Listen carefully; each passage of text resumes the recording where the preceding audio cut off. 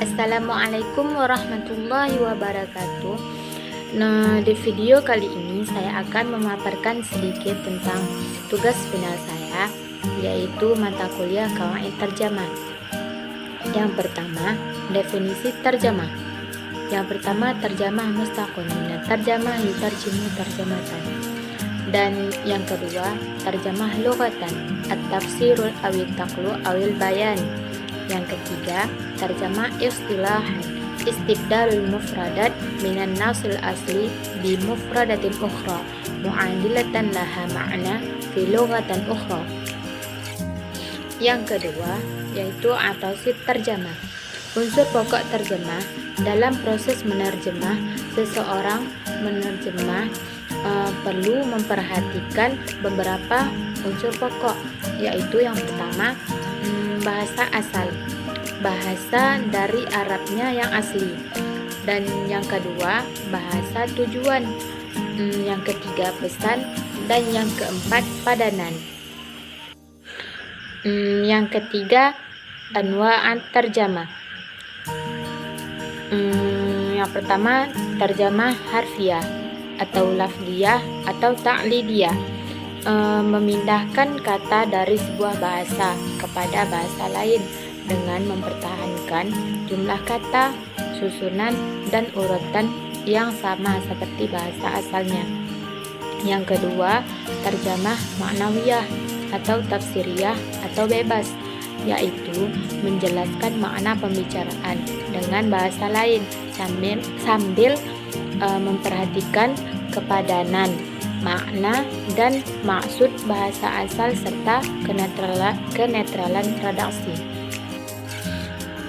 Yang keempat, awamil terjemah. Faktor terjemah terdiri dari faktor lughawi dan non-lughawi. Faktor lughawi terbagi menjadi 4, yaitu yang pertama,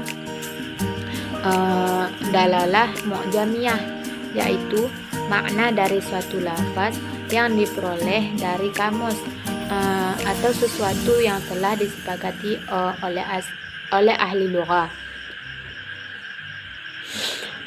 Yang kedua, dalalah sarfiyah adalah makna dari satu lafaz yang diperoleh dari bentuk kalimat atau dari segi ilmu sorofnya.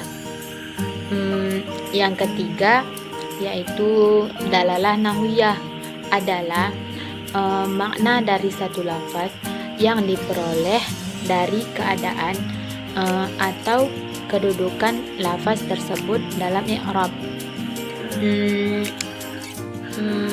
Yang keempat, dalalah balaghiyah adalah makna dari satu lafaz yang memperoleh dari uslub atau gaya bahasa yang berbeda-beda seperti majaz, qasar, dan huruf min muqaddada zahir atau istilah dalam ilmu ma'ani.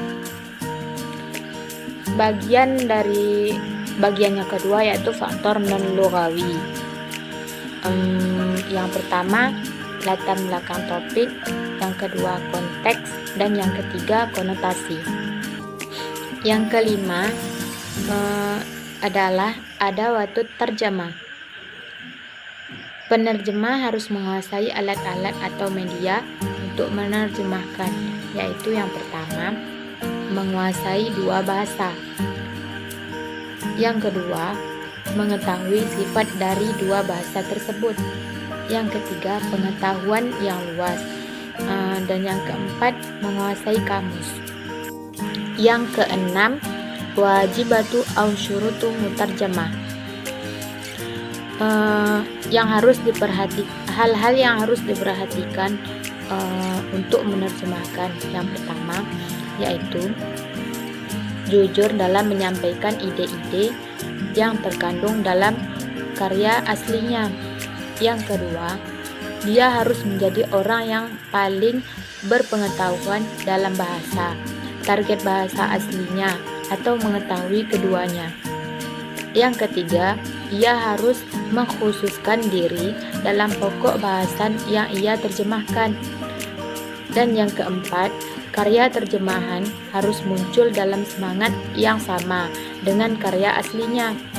Dan yang kelima, untuk sepenuhnya memahami kepribadian penulis. Yang ketujuh yaitu khutwatut tarjamah. Yang pertama, penerjemah harus hati-hati dalam membaca teks yang akan diterjemahkan, setidaknya membaca sekali atau 2 kali dengan jelas. Yang kedua, jika penerjemah keberatan dengan beberapa kata atau bahasa, maka tidak ragu untuk melihat kamus maupun kamus umum atau khusus.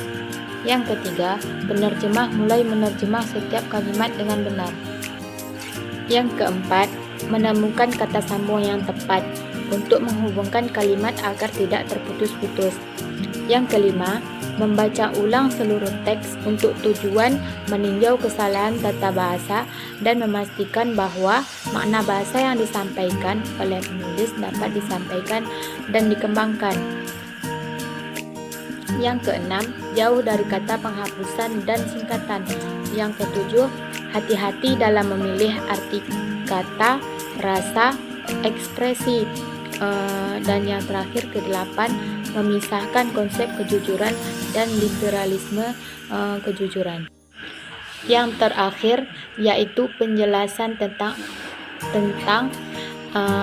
asalibut tarjamah atau teknik menerjemah.